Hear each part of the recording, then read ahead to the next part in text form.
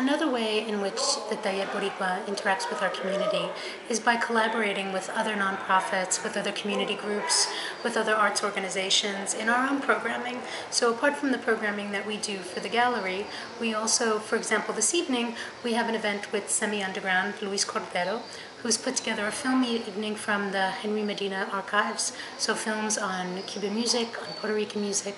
We also collaborate with Dennis Arte, who is doing a writing workshop for the community, and East Harlem residents get a scholarship to it. They get to come for free,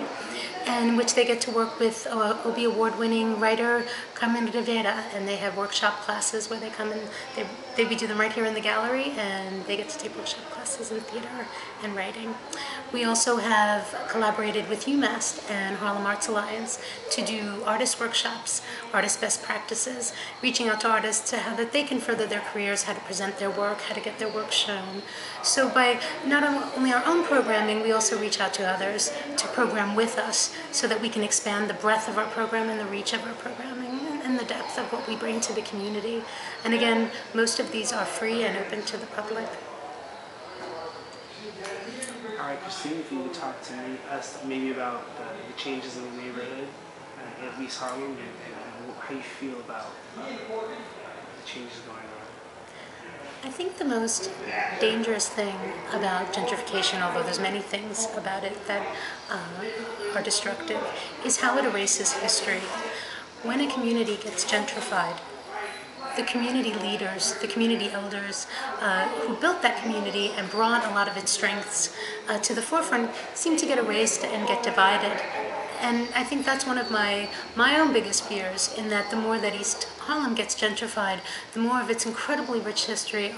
many of the contributions of not just artists, poets, writers, thinkings, politicians, people who really fought for this community and fought to have it be what it is today, will get lost, will get diluted, will be erased. And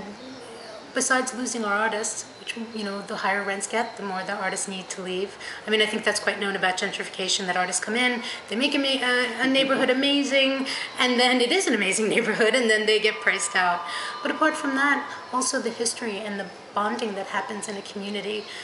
it gets erased and it gets divided. And I think the more that El Barrio gets gentrified, the more that's going to be happening, which is, again, why something like your project is so important, that brings to the forefront the history of El Barrio, the history of what the contributions of not just Fernando and Marcos, but also of all the community people that really made El Barrio great.